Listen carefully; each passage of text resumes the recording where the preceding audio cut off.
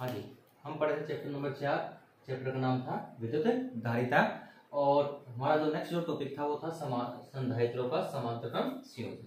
ठीक है, समांतरक्रम संयोजन में आपको सभी को पता होगा क्या होता है। इसमें प्रत्येक संधारित्र, जितने भी संधारित्र हम लेते हैं, प्रत्येक संधारित्र की प्रथम प्लेट को एक्स टर्मिनल से और द्वितीय प्लेट को वाई टर्मिनल से संयोजित कर दिया जाता है। तो इस प्रकार के संयोजन को हम क्या कहते हैं? समांतरक्रम संयोजन कहते हैं। हमें इसके लिए तुल्य धारिता का मान निकालना है। अब इसमें कुछ बातें आपको ध्यान रखने वाली बातें हैं कि जब भी संधारित्र को समांतरक्रम में संयोजित किया जाता है तो प्रत्येक संधारित्र के लिए आवेश का मान भिन्न भिन्न होता है। आवेश का मान क्या होता है? भिन्न भिन्न होता है। ठीक है, और इसी प्रकार विभवांतर का जो मान होता है वो क्या होता है? प्रत्येक संधारित्र का क्या होता है? समान। समांतर क्रम में विभवांतर क्या होता है? समान। और जो कुल विभवांतर होगा वो इन सभी संधारित्रों के विभवांतर के तुल्य होता है। फिर इसमें हमारे पास जो इसकी धारिता होती है, इसकी C1, इसकी हो जाएगी C2, इसकी C3। ठीक है, तो कुल आवेश का मान हमारे पास इस परिपथ में कुल आवेश का मान Q बराबर क्या होगा? Q1 plus Q2 plus Q3। ठीक है, आपको सभी को पता होगा, हमने एक सूत्र किया था शुरुआत में ही संधारित्र के लिए धारिता का हमारे पास C बराबर क्या होता है? Q upon V। ठीक है, C बराबर क्या होता है? Q upon V। यहां से आप Q का मान निकालोगे तो क्या होता है हमारे पास? Q बराबर हो जाएगा C। ठीक है, Q बराबर क्या हो जाएगा? CV। अब प्रत्येक संधारित्र, जैसे ये प्रथम संधारित्र है, प्रथम संधारित्र के लिए इस सूत्र का यूज करेंगे। किसके लिए? प्रथम संधारित्र के लिए इस सूत्र का यूज करेंगे। तो फर्स्ट जो संधारित्र है इसके लिए आवेश का मान क्या है? Q1। धारिता क्या है? C1। विभवांतर क्या है? सभी के लिए बिना क्या होता है? समान होता है, तो V।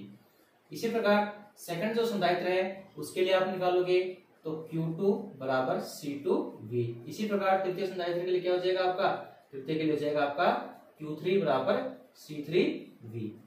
फिर ये जो समीकरण 1 है, समीकरण 1 में मान रखने पर, समीकरण 1 में मान रखिएगा तो Q बराबर क्या हो जाएगा आपका? C1V plus C2V plus C3। हो गया। इसमें सभी में V कॉमन ले लो तो क्या हो जाएगा? C1 plus C2 plus C3। यहाँ पर हो गया Q।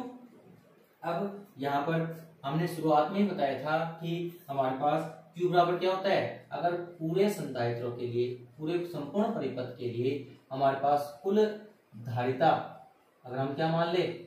C मान ले। ठीक है ना, पूरे संधारित्र यहाँ पर परिपथ के लिए कुल धारिता का मान क्या मान ले? C। तो Q बराबर क्या हो जाएगा? CV होगा कि नहीं होगा? होगा। तो ये मान यहाँ पे आप रख दोगे समीकरण नंबर 2 में। तो समीकरण नंबर 2 में रखोगे तो क्या हो जाएगा? CV बराबर V C1 plus C2 plus C3। V से V क्या हो जाएगा? कैंसिल आउट हो जाएगा। तो C बराबर क्या हो जाएगा आपका? C1 plus C2 plus C3। ठीक है, तो तीन जो हमारे पास संधारित्र है उनके लिए धारिता का मान क्या हो जाएगा? C1 plus C2 plus C3। इसी प्रकार n प्रकार के संधारित्र जुड़े हो तो सबके लिए क्या हो जाएगा हमारे पास? CP। P मतलब पैरेलल कॉम्बिनेशन ऑफ कैपेसिटर। तो CP बराबर क्या हो जाएगा हमारे पास? C1 plus C2 plus C3 plus Cn तक हम इस प्रकार जोड़ सकते हैं।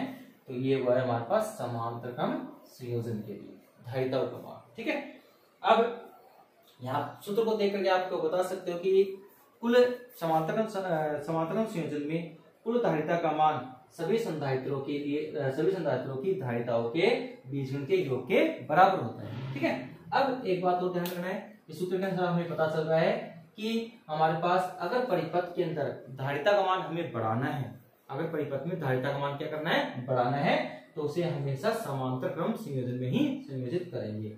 इसी प्रकार अगर धारिता का मान कम करना है तो किसमें संयोजित करेंगे? कल आपको बताया था कि श्रेणी क्रम में संयोजित करते हैं। ठीक है ना, क्योंकि वहां पर आपको बताया था कि जो तुल्य धारिता का जो मान होता है श्रेणी क्रम में सबसे कम धारिता से भी कम होता है। सबसे छोटा जो धारिता, सबसे कम धारिता का जो होगा मान, उससे भी क्या होगा? कम होगा तुल्य धारिता मान। किसमें? श्रेणी क्रम में। और समांतर क्रम में क्या होता है? अधिकतम होता है, सबसे अधिक होता है। किसका? तुल्य धारिता का मान। ठीक है, अब यहाँ पर अगर हम मान लेते हैं कि हमारे पास यहाँ पर आपको बताया कि विभव का मान सभी के लिए क्या होता है? समान। ध्यान रखना, तो विभव का मान समान होगा तो V1 V2 V3 आपको बताया समान है, तो 1:1:1 सभी का समान रहेगा। दूसरा यहाँ पर मान लीजिए C1 बराबर C2 बराबर C3, ऐसे ही हमारे पास n संधारित्र हम जोड़ते हैं जिनके लिए सभी की धारिताओं का मान क्या है, समान।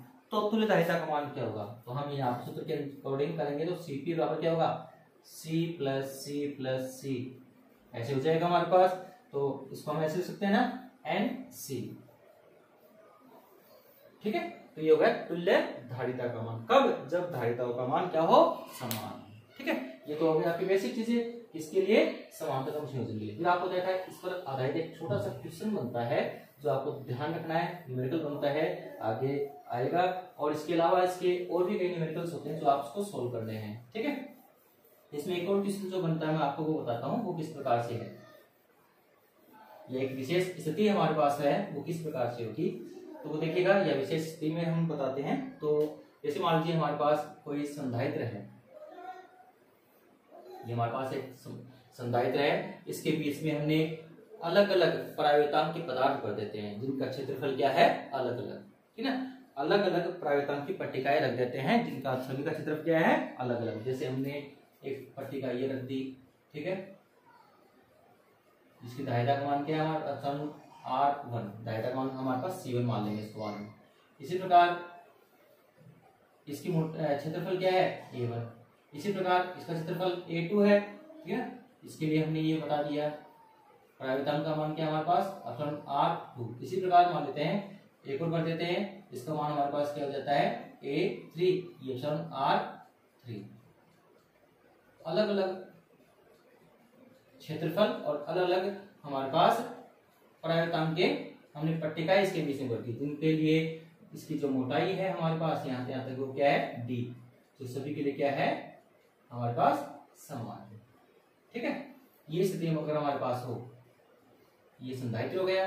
तो इसको व्यवस्थित कैसे करें, तो इसको व्यवस्थित करने के लिए इसका सेम मतलब इक्वल जो डायग्राम इसको हम व्यवस्थित करेंगे तो कैसा बनेगा, ये उस प्रकार से बन जाएगा हमारे पास। अलग कर दो इसको सभी को, तो इसको हम इस प्रकार से भी बना सकते हैं,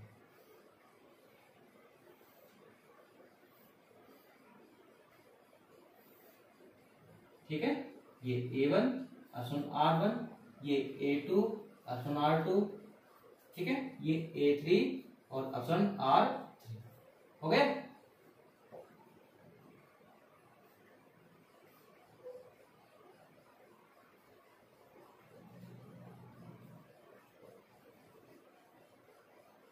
तो यहाँ पर अब इसकी तुल्य धारिता का मान आप निकालोगे तो इसकी धारिता हम मानते हैं C1, इसकी मानते हैं C2, इसकी मानते हैं C3।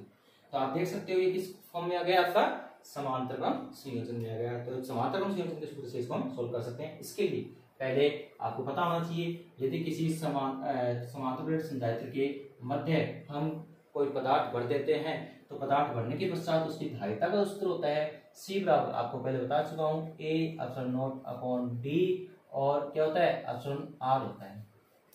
तो प्रथम संधारित्र के लिए, द्वितीय संधारित्र के लिए, तृतीय संधारित्र के लिए, तीनों के लिए सूत्र काम में लेंगे। तो प्रथम के लिए काम लेंगे तो C की जगह क्या आ जाएगा C1, ठीक है। बीच की मोटाई कितनी है B, ठीक है, कोई दिक्कत नहीं है। क्षेत्रफल कितना है A1 और प्रायोगितांक कितना है ऑप्शन R1। इसी प्रकार C2 बराबर क्या हो जाएगा A2 option 0 option R2 upon D। C3 बराबर क्या हो जाएगा A3 epsilon naught option R3 upon D, ठीक है। तो ये मान हम समांतरक्रम संयोजन का सूत्र है आपका Cp बराबर क्या होता है C1 plus C2 plus C3 के अंदर रख देंगे, हमारे पास मान क्या हो जाएगा A1 epsilon naught option R1 बटे D plus A2 option R2 epsilon naught upon D plus A3 epsilon naught option R3 upon D। इसमें कॉमन क्या है वो कॉमन ले लो, बाकी जो बच गया वो रख दो। तो इसमें कॉमन है epsilon naught upon D, common है अंदर क्या बच गया A1 option R1 plus A2 option R2 plus A3 option R3। इसमें ध्यान रखिएगा कई बार क्षेत्रफल समान है तो वो भी कर सकते हैं। क्षेत्रफल समान करोगे तो क्या हो जाएगा हमारे पास यहाँ पर A1 बराबर A2 बराबर A3 होगा, तो उसके अकॉर्डिंग आप कर सकते हो इसको, ठीक ठीक है ना, तो वो अलग तरीके से हम इसको कर सकते हैं। ठीक है, तो ये हमारे पास हो गया सीपी। ठीक है, इस प्रकार का क्वेश्चन आएगा, न्यूमेरिकल आएगा, तो आपको ध्यान रखना है ये क्वेश्चन है, आपको देखना पड़ेगा वो श्रेणी क्रम में है या समांतर क्रम में, व्यवस्थित करके रखना पड़ेगा, उसके बाद उसमें फॉर्मूला लगा के इसको व्यवस्थित करना है। ठीक है, ये आपका हो गया संधारित्रों का समांतर क्रम संयोजन।